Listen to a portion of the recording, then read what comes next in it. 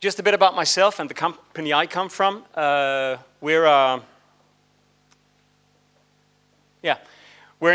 Basically we're a strategic design firm helping a lot of different companies across industries, across media, to innovate. We are 288 people, 25 of them actually here in Tel Aviv. So we have a lot of fun, spread over 14 offices all over the world. We work for a lot of clients. It's not the bragging list of clients. It's basically just to show you that these are our end users in a way, or some of the end users. And it seems, no matter what we do for these guys, some of them, have need for industrial design, doing insulin injectors. Others need solutions in, mobile services, mobile banking, or up to large-scale customer interaction in a digital car showroom, for example. It seems that all these guys, even though they know their tech, they know their product and so on, have a hard time figuring out when it comes to the user experience. How do you engage users actually? And one of our clients told us once, you might be right. We know our product, we don't know the customer experience or our users really well. It's a bit like, driving with a foggy windscreen. We can't see anything, but at least we're shooting ahead with good speed, he said. No, I couldn't agree with that. And others have this problem about, we got our product right, we got our service right, and then they're totally denying the fact that users can't use the stuff they're putting on the market, right? We call it denialism. It's like sticking your head into the ground. Happens a lot of times, actually. It's a funny syndrome, actually. So what we're trying to urge these guys to do is, because what they use is, deadline is the biggest inspiration for them. They speed from what they think is the challenge to the solution, right? Just straight line, shortest way.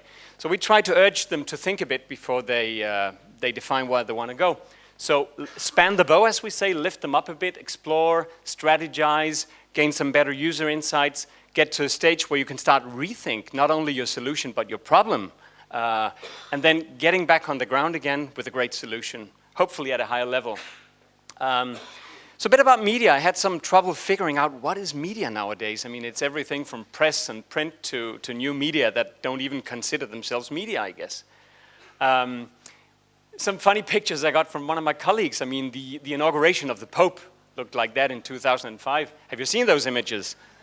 And that's the iPope, right? 8 years later. Everybody with a kind of touch device in his hands contributing, not only watching it, but really taking part in it. We've seen the touch kids rising, right? The touch generation with an increasing tech literacy. I got an iMom, I just realized, she's doing all the public self-service on an iPad now, and she's pretty good at it actually, and that really surprised me, that both, really youngsters and even my mom, they're doing this now. And the thing is, wondering a bit about this is, what is media actually? I mean, is Fuelband, is that media? I'm sure they don't consider themselves being a media company, but they collect data, they bring back content to users, they interact with users, and so on. So maybe, that's a future media company. Something we've been discussing a lot at Designit is that, nowadays, and all our customers focus on what's happening in the tablet field, really.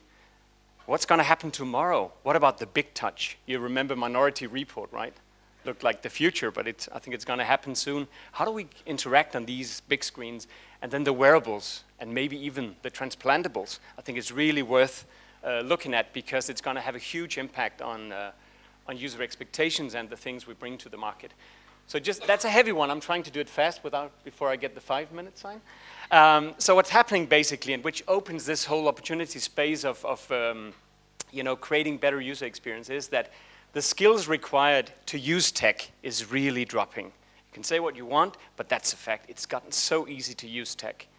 On the other hand side, the tech literacy, as I showed you, the 3-year-old kid buying stuff on iTunes or something like that, is rising. So that whole gap out there really promises a lot in the future.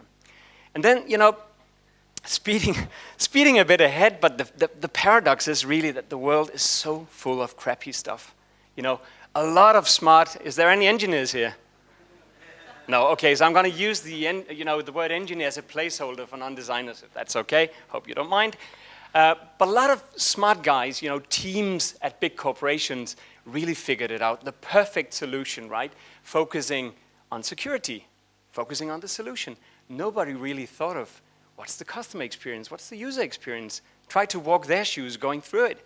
And I'm not saying this to make like unsafe airports or anything. I'm saying it because we're missing a huge opportunity waiting there, standing in line and so on.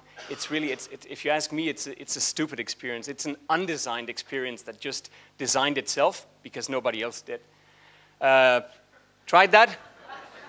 Okay. I think it's called Wrap Rage in the US, and they have a whole industry for tools, for opening packaging. The guy bought a scissor once and figured out, gosh, I need another pair of scissors just to open the box. But that is called Wrap Rage, and I think somehow it reminds me, it's the archetype of problem, archetype of pain point somehow. Seeing, a lot of smart people, again, developing the perfect clamshell packaging, delivering on all parameters, right? It portions, it brands somehow, it keeps the product safe. The only thing it doesn't is you can't open it, right? And that's kind of a paradox. So how much time do I have left? In good shape? 1 minute. Whoa, good. So just to share a bit of our experience working with end users and what we do on a daily basis at Designit. We do a lot of direct interaction with all stakeholders, being suppliers, vendors, end users, and the company itself, trying to release, the corporate creativity that is in a company latent. What I would advise you guys, you're a pretty tech-driven economy as I see it. In Denmark, it's the exact opposite. We don't have tech, we only focus on the users, so what's the point? But the thing is, do a lot of interaction with stakeholders and make it a corporate habit. Co-create with them. You'll be amazed. Some of the end users are smarter than you are. You can even make them design for you. You got to facilitate it, but they're good at it. And then don't design, great solutions for problems that don't exist, right? I don't know if I would love that one, maybe, but I think, the world needs different stuff. Took you some time to get that one, but it's like SkyMall design, right? We don't need that. And then, I was just thinking about this word paywall seemed to be a big topic, at least in the old media industry. And what about if we started rethink paywall, maybe redefining the very word, because a wall is something that keeps people out, and once you get in, you can never get back out again. Why not rethink it, just like Tesco did, saying a wall is an interactive surface for connecting with users, right? What about that? I think that could be great to apply some creative processes on rethinking that concept. And this one of my colleagues, good friends, said this, and I think it's a beautiful way of finishing my presentation off. We don't want to live edited lives, we want to live creative lives, and I think that's what this era is all about. Thank you very much.